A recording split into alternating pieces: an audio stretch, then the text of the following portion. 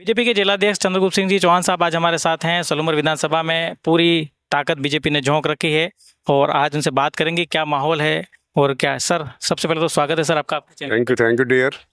क्या माहौल है सलूमर में और क्या देख ही रहे हैं सलूमर में लोग भारतीय जनता पार्टी की तरफ रुझान है जी। और कार्यकर्ताओं में उत्साह है। उसके आधार पर मैं कह सकता हूं कि बहुत ज्यादा अच्छे मार्जिन से हम लोग जीतेंगे। भारत आदिवासी पार्टी ने भी इस बार पूरी ताकत झोंक रखी। 52,000 वोट उनको पिछली बार आए थे 2023 के चुनाव में।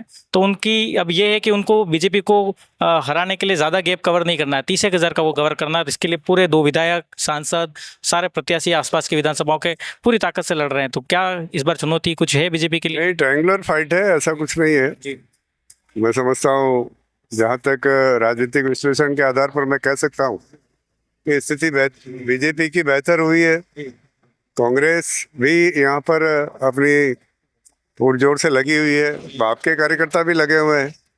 तो कहीं न कहीं प्रजातंत्र है और प्रजातंत्र में मैं देख रहा हूँ कि जनता का रुझान भारतीय जनता पार्टी के विकास के कामों के कारण भारतीय जनता पार्टी की तरफ पहले से अधिक बढ़ा है। जी। अभी हम लोग जयसमंद में थे कल, तो वहाँ पे कुछ लोग कह रहे थे कि रेशमा जी उस बेल्ट से आती हैं, तो उस बार वहाँ हमेशा कांग्रेस कमजोर रहती है, लेकिन उस बार इस बार जब उनके क्षेत्र में टिकट मिला है तो वहाँ से बीजेपी हमेशा प्लस होती है, लेकिन इस बार बीजेपी वहाँ से माइनस हो जाएगी। आप कैसे देखते हैं? कहाँ से? जयसमंद? जयसमंद नहीं, जयसमंद तो हमारा मैं समझता हूँ गढ़ है। और जयसमंद में जिस प्रकार की आज़ादी के बाद जो 60 सालों की डिमांड थी वो भारतीय जनता पार्टी की वर्तमान भजनलाल जी शर्मा की सरकार ने पूरी की है। जाखम का पानी हम लोग यहाँ के किसान 70 वर्षों से कह रहे थे कि जाखम का पानी जयसमंद में लाना चाहिए, जो कि बहकर व्यर्थ ही समुद्र में जाता है। तो 17,000 करोड़ रुपए की जो कार्य योजना और डीपीआर जिस प्रकार से स्वीकृत हुई, और मैं नहीं समझता है कि जयसमंद में हमारे पीछे रहने का कोई कारण है। जयसमंद में पानी लाने का पहला काम भारतीय जनता पार्टी ने किया है, तो निश्चित रूप से जयसमंद की जनता हमारे साथ। अच्छा सर, एक और समीकरण बनता है, माइनॉरिटी का वोट बीजेपी को कम मिलता है और कांग्रेस को जाता है। आज के इस बार का कांग्रेस का कैंडिडेट रघुवीर सिंह मीणा के बहुत ज़्यादा समर्थक थे, तो वो अगर बीजेपी को स्विच कर गए 10-15,000 वोट, तो क्या इससे बीजेपी की राह मुश्किल हो सकती है? नहीं, ये किस प्रकार के आप आकलन कर रहे हैं मैं नहीं समझता।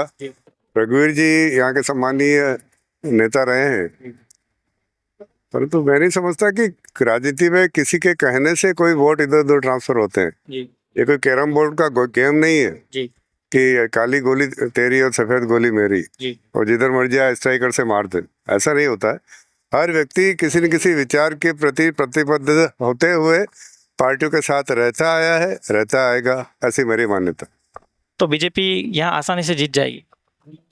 कार्यकर्ताओं के परिश्रम के आधार पर आसानी से नहीं। जब प्रजातंत्र में तो सबको अपनी बात रखने का हक है। भारतीय जनता पार्टी विकास के अपने कार्यक्रमों के माध्यम से जनता के बीच जा रही है, और जिस प्रकार से जनता हमारे गांव-गांव में उमड़ रही है, हम किसी प्रकार की सर्व समाज को साथ लेकर चलने की भारतीय जनता पार्टी की नीति है। किसी जातिगत नीति के आधार पर नहीं, विखंडन की नीति के आधार पर नहीं, हम सर्व समाज को साथ लेकर निश्चित रूप से ये सीट हासिल करेंगे, ऐसे मुझे आभास हो रहा है। और मेरा आभास बड़ा सटीक है और दृढ़ भी है। अच्छा सर, बीजेपी पार्टी पे आरोप लगता है कि आदिवासियों की बात करती है। शुरुआत में जब बीटीपी थी तो आदिवासियों को लेकर चल रहे थे, लेकिन इस बार उन्होंने नया फॉर्मेट लाए हैं कि सबको साथ लेके चलेंगे, सब समाज हमारे साथ जुड़ रहा है। इसको आप कैसे देखते हैं? क्या कारण लगता है आपको इनके फॉर्मेट चेंज होने का? मैं समझता हूँ कोई छोटा भी संगठन बनता है तो उसमें सभी समाज के लोग होते हैं, और भारतीय जनता पार्टी तो सर्व समाज की बात करती है, परंतु बाप का जन्म शायद जनजाति के वोटों को उसके कारण से हुआ था। उनके पास कोई कार्यक्रम है नहीं, तो ये इनके प्रकार वो समाज का क्योंकि सर्व समाज का समर्थन हासिल नहीं कर पा रही है, और सर्व समाज का और सभी समाज का समर्थन नहीं है, तो सरकारों का गठन मुश्किल है। केवल बाहर से कुछ समर्थन दे सकते हैं, इसके अतिरिक्त कोई ताकत बाप की है नहीं।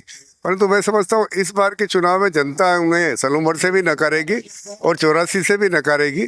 इस प्रकार की राजनीति बहुत दिनों तक चलती रही। तो आइए थे हमारे साथ बीजेपी के जिलाध्यक्ष Chandragupt Singh Chauhan. Thank you sir, आपको शुभकामनाएं हमारी तरफ से। Thank you. तो सलूमर में भारतीय जनता पार्टी के जो शहरी वर्ग का जो वोटर है वो स्ट्रॉन्ग होल्ड बीजेपी का माना जाता है, और अब बीजेपी के कार्यकर्ता और जिलाध्यक्ष जी का दावा है कि आज के दम पे, क्योंकि बीजेपी कैडर बेस्ड पार्टी है, तो आज अभी इसके आधार पे आराम से वो चुनाव जीतेंगे और बीजेपी की टक्कर में ना तो कांग्रेस है ना बीएपी है। पहुंचाएंगे ऐसे वीडियो, चैनल को सब्सक्राइब करें, देखते रहे हमारा दिन, आपका दिन शुभ हो। धन्यवाद।